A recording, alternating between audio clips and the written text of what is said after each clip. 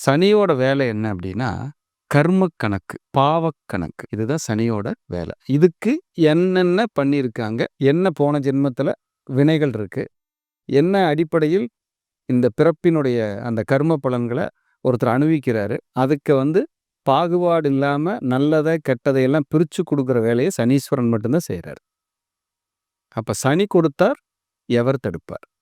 சனீஸ்வரன் குடுத்துட்டாருன்னா, நீங்க நல்லதுனாலும், கெட்டதுனாலும் யாரும் தடுக்க முடியாது. 7 சனியில, அஷ்டம சனியில சொத்துக்கள் வாங்குனவங்க, நெறைய சாதிச்சவங்க, நெறைய மேல உயரத்துக்கு போனவங்க, நல்லபடியா வாழ்ந்தவங்க, ஜெயிச்சவங்க இருக்காங்க. அவங்கெல்லாம் பாருங்க, பக்குவப்பட்டிருப்பாங்க. சனிக்கு ஒரே ஒரு விதி தான். தலக்கணத்தோட, எனக்கு எல்லாம் தெரியுங்கிற ஆள, நான் யாருன்னு தெரியுமாங்கிற ஆள, நான்லாம் அப்பவே அப்படிங்கிற ஆள மன்னிக்கவே மாட்டார்.